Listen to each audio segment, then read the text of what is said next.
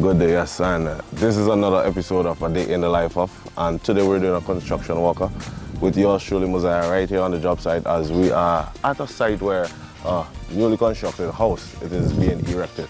At the moment, you see I'm not in a regular attire or what we would call uniform, but as a construction worker, the beauty of it is you don't have to dress up because you know that you're going to get downright dirty and sweaty. So you basically put on old clothing, and I've picked out old pants from my normal work, and you know, just a shirt. And well, in construction it is not advisable for you to wear slippers, so I'm now going to put on at least, this is not really a hard shoe, but it will still give me some protection. It's 100% leather, so you know, at least I'll be able to protect myself from the concrete and so on other falling objects. Let's hope that doesn't happen, and also any sharp objects that may be lying around. But you don't know health. You have to make sure that the safety hazard is well in stock, that you don't leave those sort of things lying around.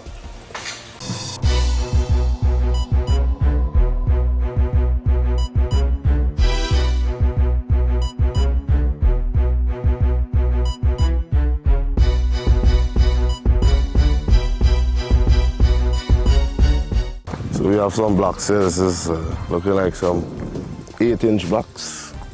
At the moment, we have some 6-inch. I know a thing or two because I've done a bit of work on my house as well. Well, not really my house, my father's house, but my father's house is my house. Su casa es mi casa. Right? Yeah. A day in the life of construction worker. That's who am I today. That's what I'm gonna be. Here with George Chance, basically you're the foreman of this site. It's a house that is being built, what do you call this, a one-story building? One flat, basically. When did you guys start it? March. In March of this year? Yeah. And now it's about July, so that's about 4 months. So 4 months on, you can see the way the house has really, I think the last time I came down here was about a month or so ago, and there weren't no blocks or anything ran as yet, and you could see that the guys they are definitely working at a very fast pace. So Chance, just tell us how do you get the guys to keep motivated? Well, actually, you have to be behind them, you have to be on time with them, and you have to give them the freedom and the work. You can't be too harsh. And on morning time, you come, you set off, you set a man there, you put a man to do his things, and then you get behind him, you keep back, you look and see whatever he make a mistake so that you could correct all the time, so that you don't have wasted of material or whatsoever the case. Okay, makes sense. So what time do you guys normally start? 7:30. And 1 hour lunch. Okay. No break. No break. Nah, you could go and eat a snack. Okay. It's not no problem if I say eating when you're hungry. Sure. You understand? But no break. Hour lunch. Finish 4:30. Okay, not bad. So you see, start early, get the job done, so that therefore time, productivity is key in everything that you do, especially in the construction work, because let's say possibly the owner give Mr. Chance and his crew an 8-month duration to do the, I'm just saying, to do the house. I mean, the owners, they would definitely want to make sure that everything is going on point, and by the halfway stage that things should be looking up pretty decent. So, I mean, you can be biased, but I would want you to, just tell us what was the time frame that you was given, and where you think that you have reached thus far? Well, definitely I ahead. The time frame, I didn't get no time frame, but I am way ahead, because we were holding up some delay during the carnival. We had a whole 2 weeks delay and all them things with the concrete process. Well, you see the condition of the road is not very good. When rain comes, we can't get material down here. So, you know, we get a little delay. Right now, it's supposed to be a roof. Okay. But I don't make up my time, so even though, still I ahead. Okay. You know? Not bad. So how long have you been in the construction business? Since about 25 years now. About 25 years now I in this. That's a full-grown one, basically. Yeah. I must be looking small a little. I'm just 51. Okay. Still looking good for age. Yeah, still. Yeah. So what basically drove you into the construction? Actually, well, when I left school, that was the headache. You know, nothing wasn't there in process so I could move on, you know what I mean? With education-wise. I do a year technical college. After that, just get downfall, you know what I mean, with everything. So I say, well, the only thing I could do is catch a skill. Makes sense. Right? Motivate myself that I went to Mustique 1986, and from that, just move on. Okay, so the biggest project in PSV is I Residence. Okay, which is?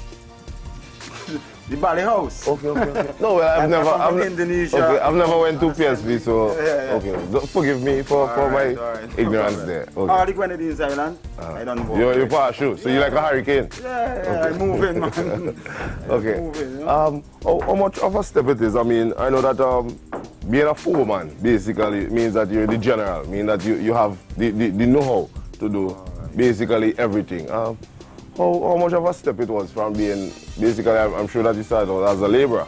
Exactly. Right. Well, I started out as a laborer with my uncle.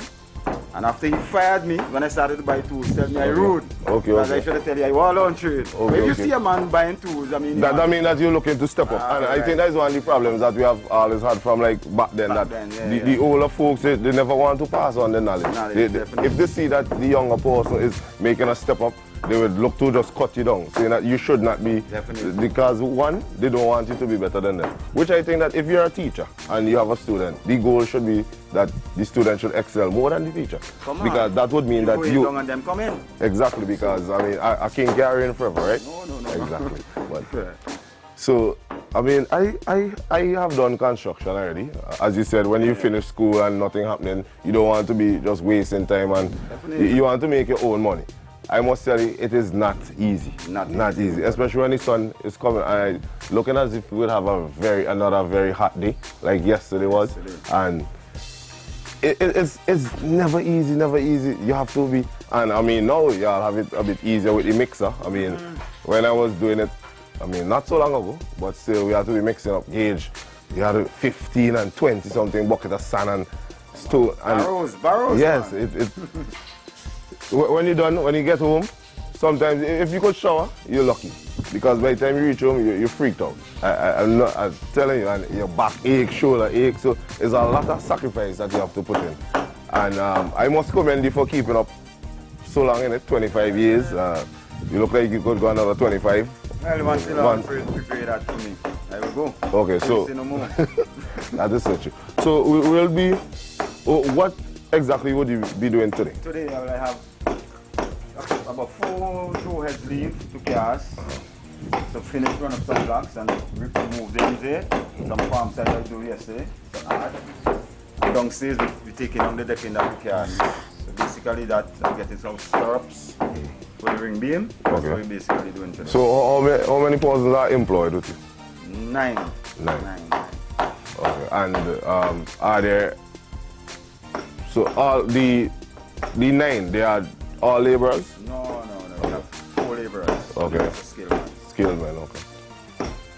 And how have they been accepting their roles thus far?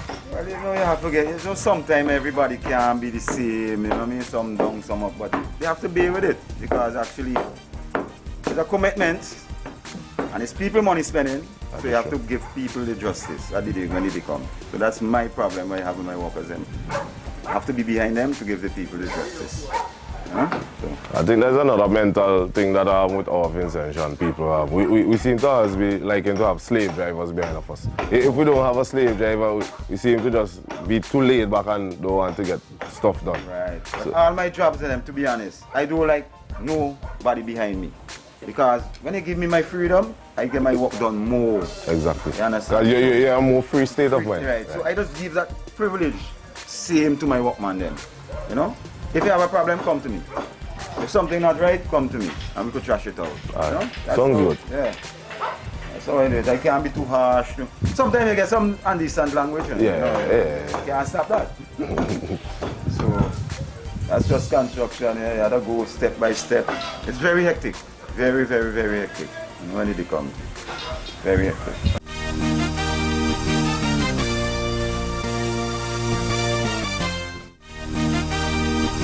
Spirit, tell us, what size gauge you mixing here? 1 barrel. Yeah, 1 barrel for 1 cement. Yeah, do over the head for the for the doorways? Yeah, for the door them. top of the. Okay. I don't know. Basically, everybody they go, Okay, so we ain't using the mixer because this is a small gauge. Yes, I just want to go. Okay. If you want the mixer start, to see how the mixer run. Well, we could do that after. So we will do the manual part of it now. Because this is just mortar basically we mix it. Right. I got a little know-how in it still.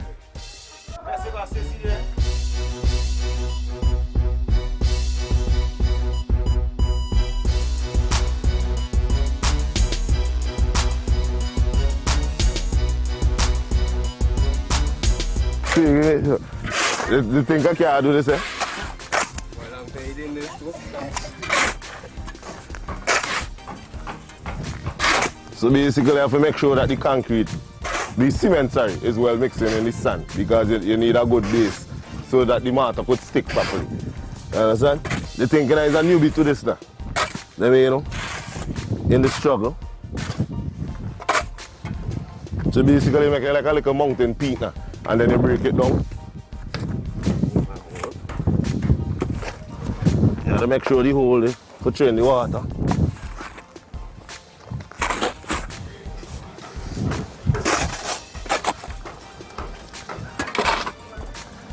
Strain a bucket now. Yeah, we're going to strain a bucket and a half of water now. Okay. So you have to make sure the water don't come out. So when the water you see, you just stop it up. Kind of damn it now. Like in the boy days when they get in the river.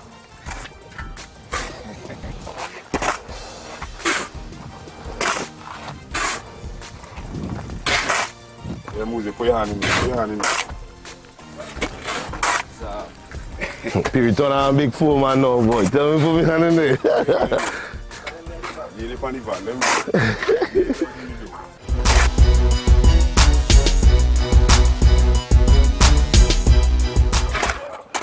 So you have to be mindful of when the water can bust.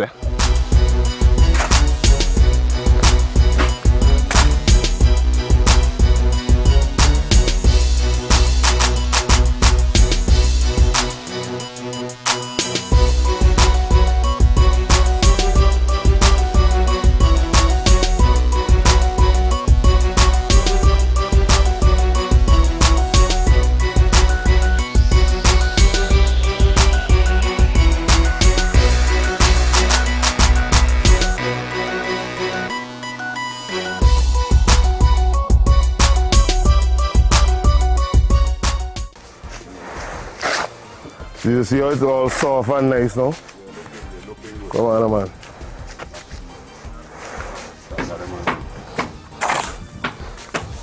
Yeah, looking good.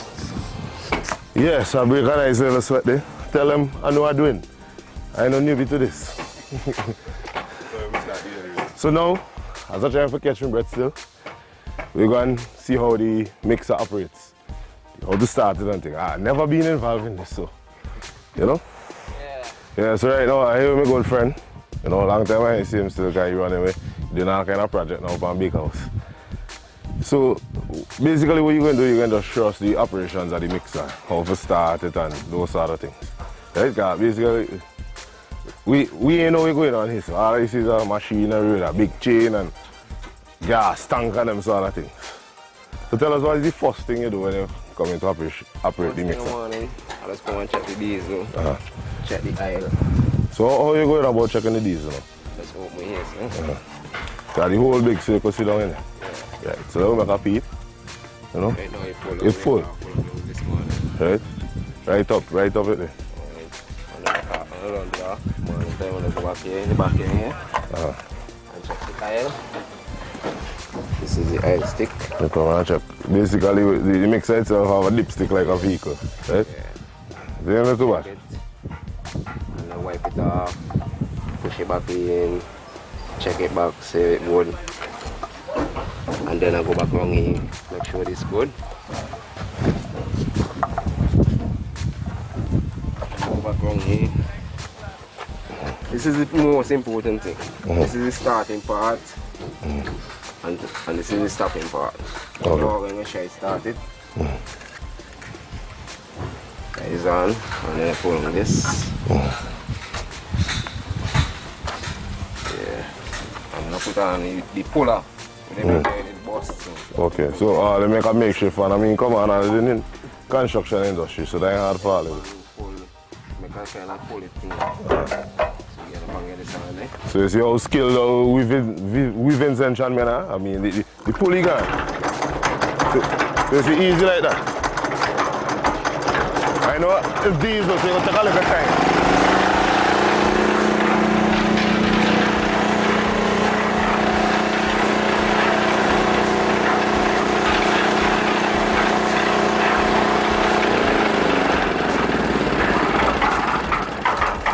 Well, you realize the kind of noise that this generates.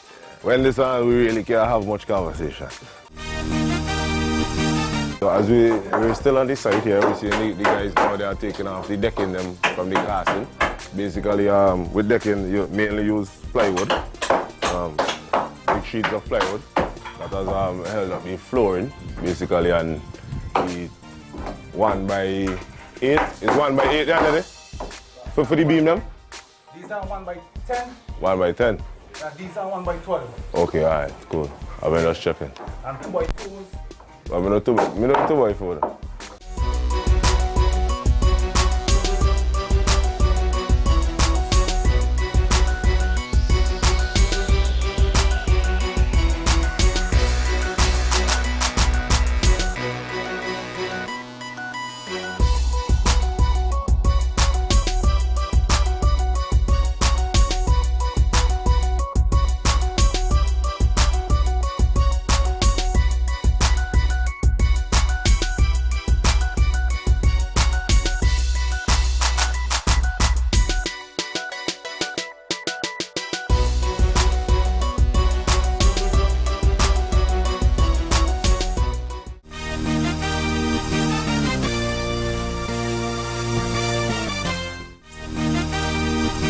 Yeah, so we're ready to perform right now. My good friend Jack Sparrow. And I must tell it's always a fun time when I speak with Sparrow. Right? Sparrow has something comical to say. Yes, I. Yeah, so right now we're bending steel to make stirrups. This is to when you're casting beams on columns, right?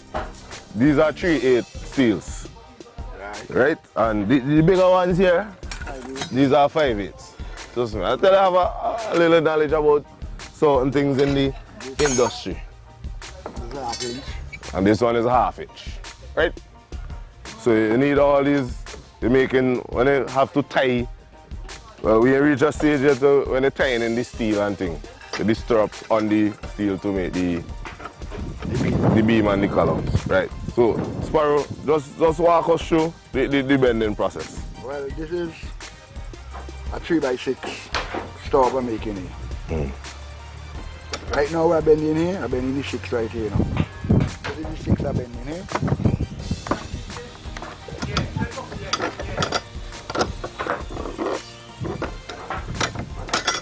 Right. I'm going to straighten it up. Right. And I'm going to get the tree now. This is the tree. Okay.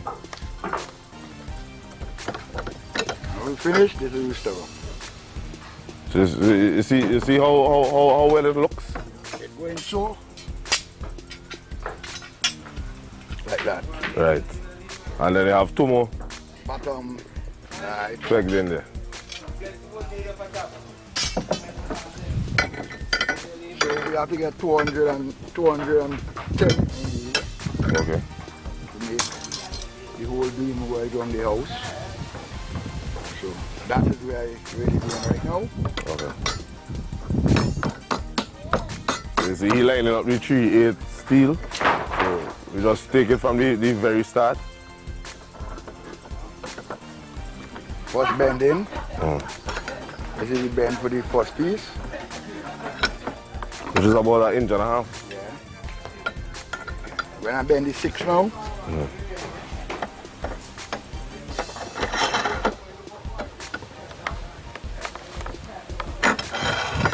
This is the 6. Okay. When I bend the 3 now.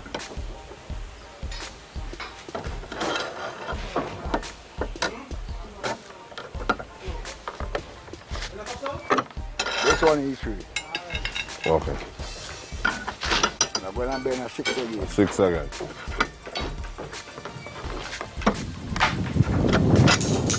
Then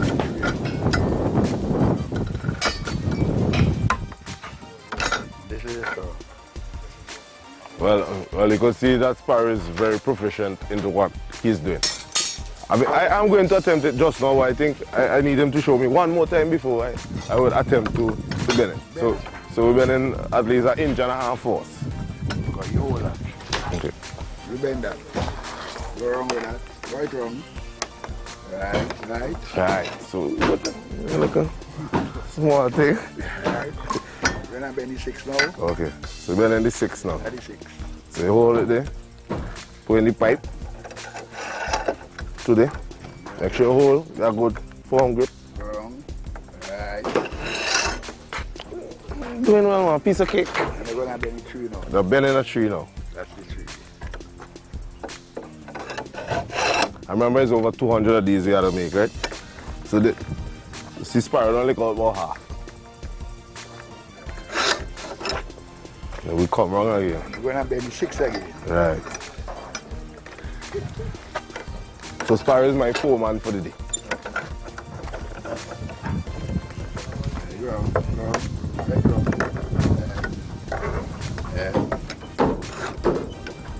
And the other bend a tree again. You see, I learn a little fast.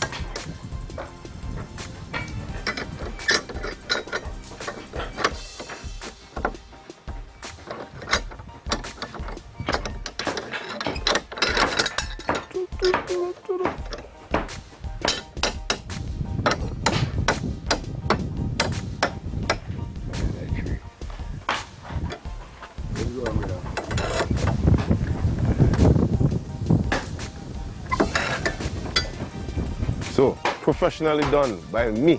Yes. The 3-6 stirrups, right? So, go again. Make sure you put it in. At least body. Right. So 1.5 inches you bending at force. Good grip. Man, brute force. Right. Then we'll go from here now. Bring the 6. Take it out. Turn the bend. Turn the bend down here. So that is about it. That's the 60. Right.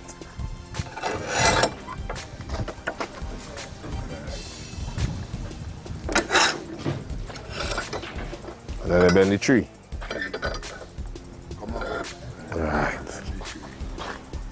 It's all about angles when you deal with this. Right? Come on. Open back in. Okay. It's gone a bit too deep. Open back in. Right.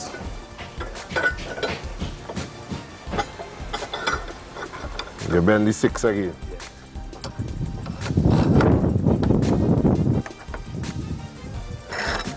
And then bend the 3 again.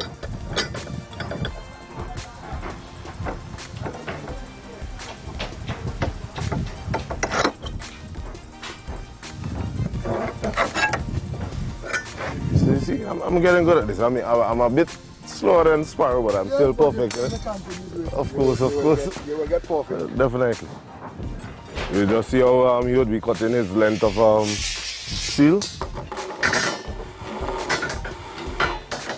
So you use the tape measure.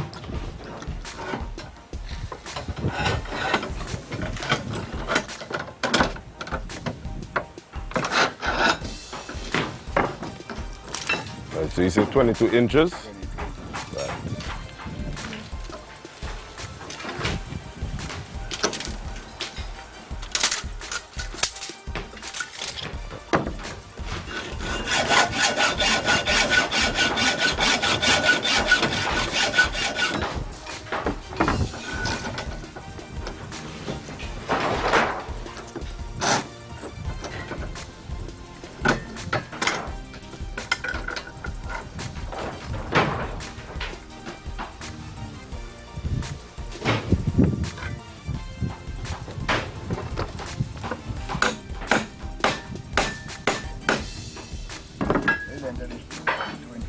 22 inches. So basically you just use that back as a reference to cut the rest. And the hacksaw is what you use to cut steel.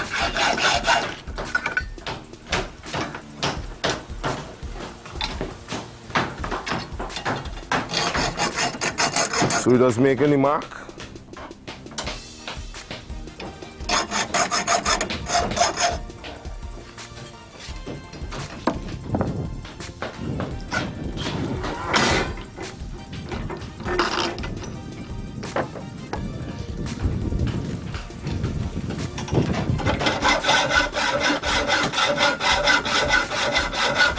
When we cut them, you know, remember we're gonna bend to make we strap.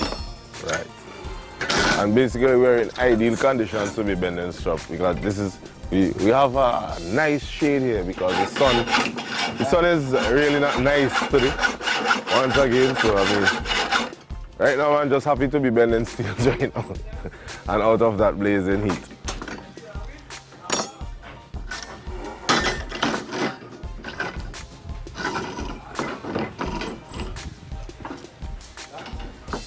You see when in a construction, you could even do anything. You're supposed to do anything coming on a construction site. Right.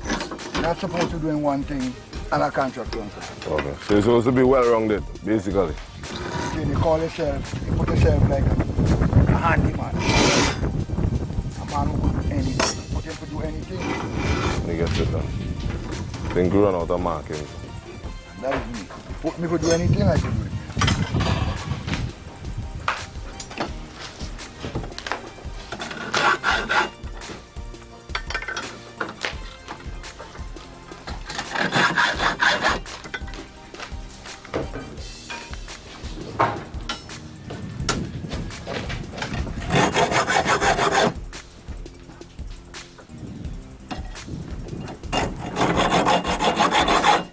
And we're getting 10 pieces out of one. So, yeah. So basically 10 pieces out of the one piece. And what length is it? 20 feet. So 20 feet of 3/8 steel, we're getting 10 pieces out of it.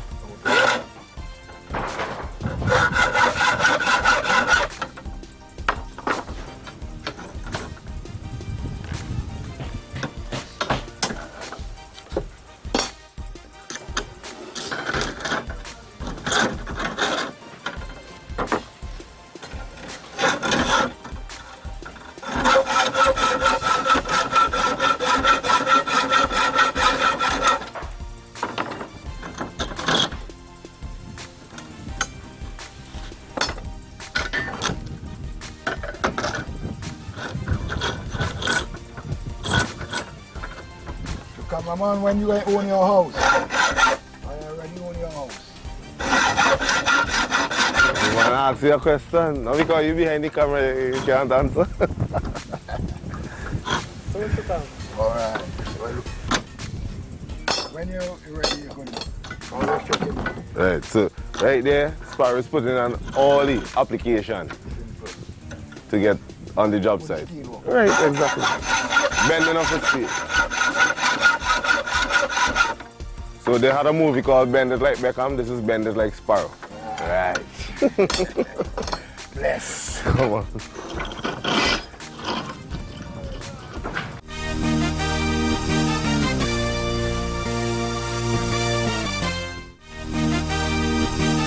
Yeah, well, we see the big grass here. I mean, he lined up, I think that's supposed to be a 1 by 12. Yeah, it's a 1 by 12 piece of board there to make the top of the beam. Right, for the door frame as well, and I think you'll be connecting the beam as well. Right. You see, I sound like a foreman, the boy. Yeah. Yeah, so you see, he using the wall nails because I don't know, you can't use the same board nails to drive into the wall. You gotta use something that is more firm. Mind you, the wall nails are firm, but I could tell you one thing about wall nails, so the head flies a lot. Yeah, all these other way protective pieces, trust me. The wall nail heads fly more than the regular board nails. I don't know the reason why, you know, probably the sheer hardness of them or what, but yeah. So he'll be coming around. I mean, I'll just give him a little strength now. Man.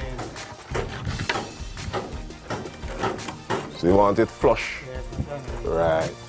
So we look like we did it.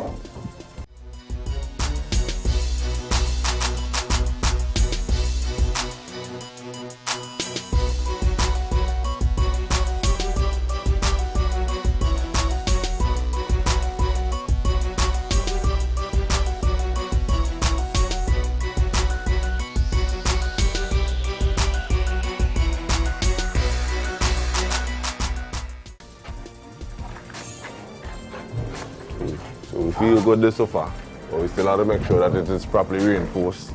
So now we'll be driving some wall nails into the same. This looks shorter, this looks like a 1x10. Yes, so I'm getting them pretty down packed. I think by next week I could be a full-blown, construction worker. A foreman.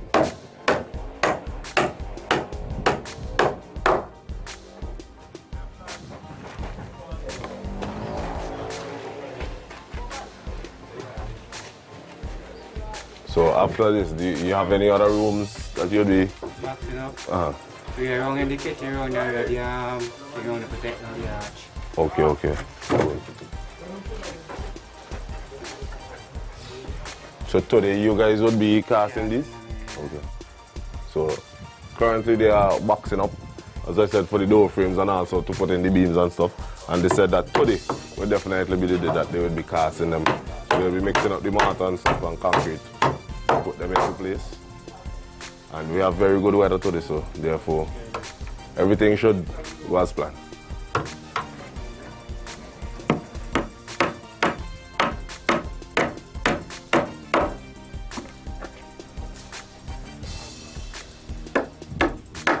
Yeah, so as you see this piece of board here, we call the boxing up. So after they have cast and do the mortar and stuff, it should be looking like that over there, because that's a door frame there that has already been cast. So that is the finished product. This is the initial stages.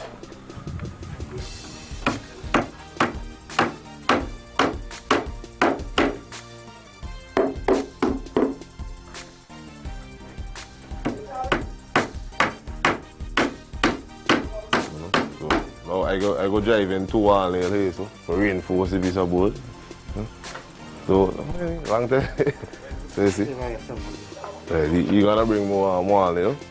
So let me see if I could still drive.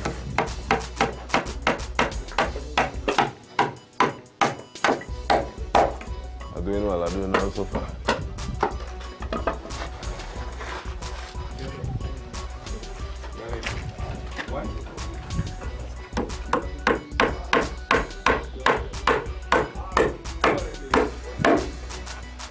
Well then. Yeah. So you see, you gotta make sure it's properly reinforced. I mean, we'll also tuck in some more nails to the top when we're ready to tie it in. So for now, that's good there, as you see it well flushed with the frame of the board here. So I'm looking flat. So we're taking down all these boards now.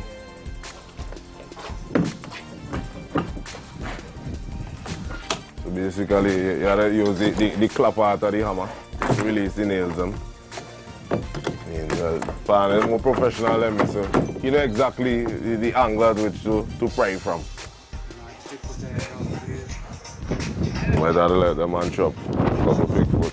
So we're going to get a different device now. We're going to also a big foot to come up. So help us with the extraction much easier. Sure, man. Woo! Sure, man. Let me pig foot now. Yeah, so we have now been equipped with the pig foot. Right? So push it on it and basically fry. Gotta make sure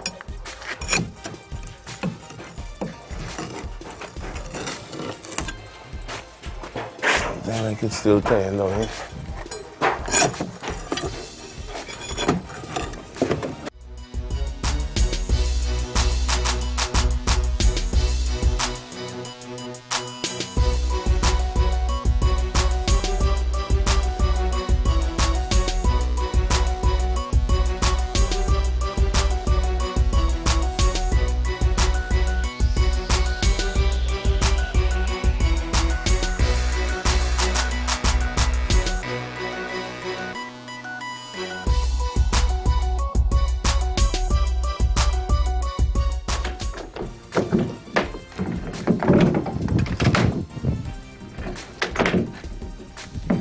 see, it's a chance down there. He has the technique properly to the use of the pick for that. Different ways of using it. Of course.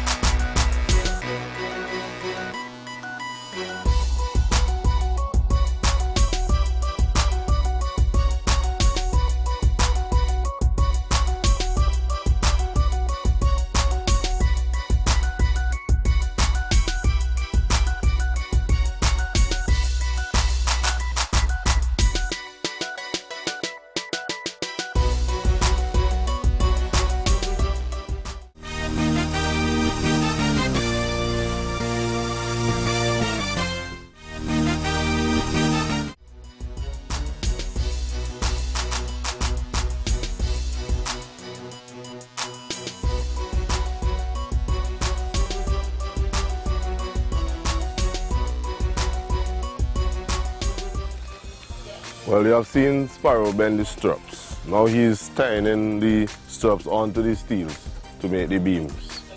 Right, so he's using lace and wire. And he has his cutting pliers. So far there's just 2 lengths of steel inside, but you still have the other 2 to go to the bottom part of it. Because it's 4, you're making basically a square shape sort of a thing. So Sparrow, what length is going between the straps? 10. 10 inches. So 10 inches apart each strap is. And how long is the length of steel? The same 20? 20. Alright, so it's 20 feet of steel, which carries 22 straps on each length of steel. So basically, if my maths is still good, he said he had to make about just over 200 straps, right? And we have the 20 feet of steel there. So it's about 10 or so beams, or probably less, that will be made. I think my maths still kind of little good for the time. Yeah. I done school since 19, how long? Yeah, but you don't get school fee. I didn't need my school fee. Because I didn't have no school fee. So that is probably why. So this is a roll of lace and wire here that I have in my hand. It's been quite a while since I've played with any of this, you know. And you'll definitely find a lot of these around construction sites and persons who are building and stuff, because you always need these to tie in steel and do all different sort of things, especially when you're making matting and so for the flooring and those sort of things. Yeah, I think by next week I'll be a well-certified foreman. You know. What you say you're building just now, so you can give me a small pull-in, you know. Right now, Vincent, you need extra income every time. Every time. Cost of living is way too high.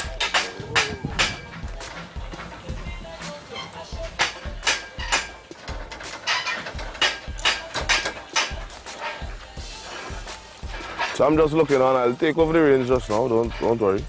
As I said, he's measuring 10 inches apart, so each strap will be 10 inches apart from each other. And then you're tying the lacing wire, the straps onto the length of steel to keep them intact. This is what helps to get the strength for the house. Because if you build a house with just blocks and you don't run any steel or anything, you know what is happening there. It's like your body without a proper backbone. So it will be faulty and weak. And any little thing will throw your house up. So you have to come up to the 10. 10 is about there.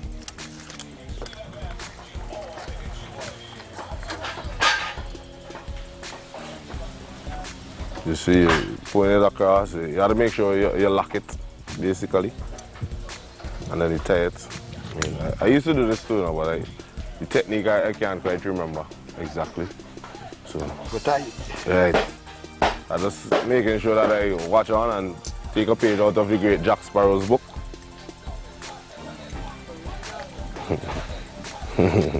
So we measure up again. Bring back one. This. No, this one. Okay. Right.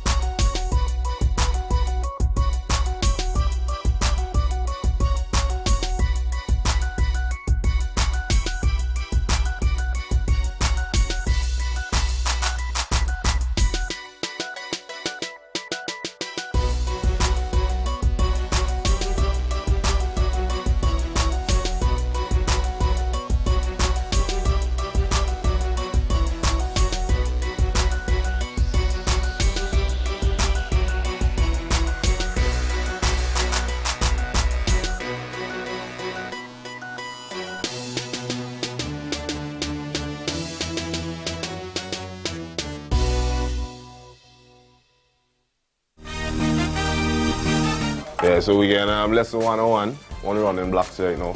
Well, there's not much blocks left to run, as Mr. say, just finishing off the door head, because I done already cast for the door frame to the top there. So you just running back the box now to make it flush, everything copper set, basically as we say in local terms. The 6-inch blocks that he's using, and he already set the mortar. And you see how he chipping hammer.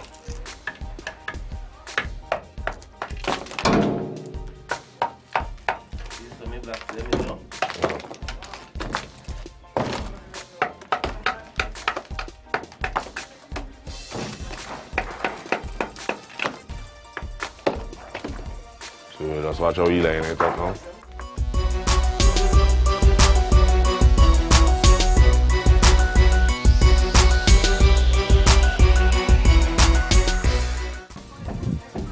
So as I said, the running of the blocks is a very technical thing here. You have to know exactly where it is. And you're using the line, which is the twine. Not sure if you'll be able to see it. That is your guide, basically. The orange piece of string that is going across, so that's the twine, your line. That is what you're using to guide so that the blocks will be in a straight line. I mean, they're not making any curve also in the walls here, so it's basically straight line. So that is basically a guide to make sure that you don't have crooked and bent walls. Right now, that everything was, you know, tight. Right. So basically we're saying you have to make sure that you're packing the mortar in between the groove and the blocks them. So basically tying it in. Basically like you're sealing it in, basically. So the mortar come like the sealant now, or the glue. Right?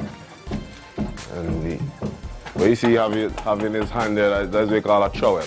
Right? So it probably looks real simple, but you have to have the right technique to use it. Because I mean, I see some men just take up mortar and just flash it on, especially the plastering. Let's see the plastering part of it. That is when they really appreciate a mason in his work.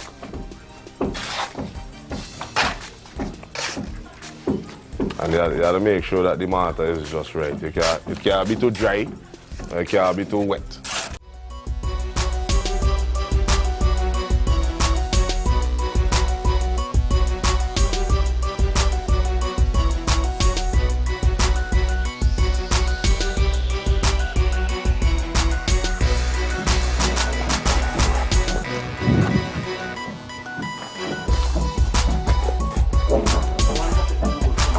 One bucket, okay.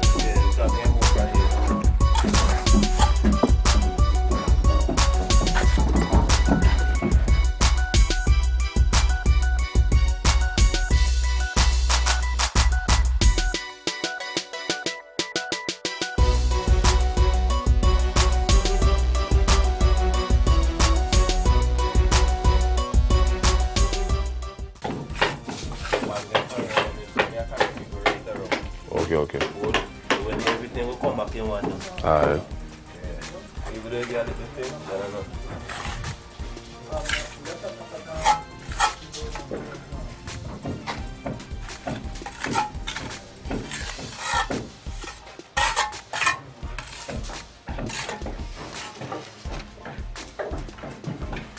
Piece. There's some old pieces you can't let all them there.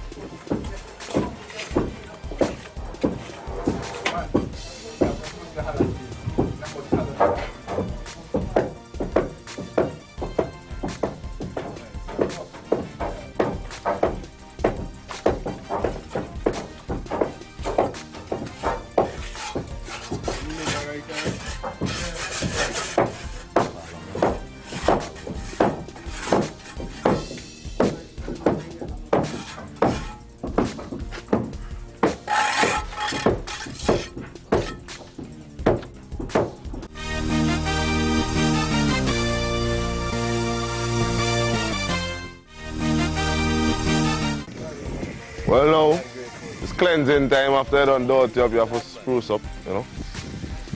This is the end of another edition of At the End of Life of Construction Worker today. I help run blocks, I take off decking, I bend steel. I done a mini foreman today.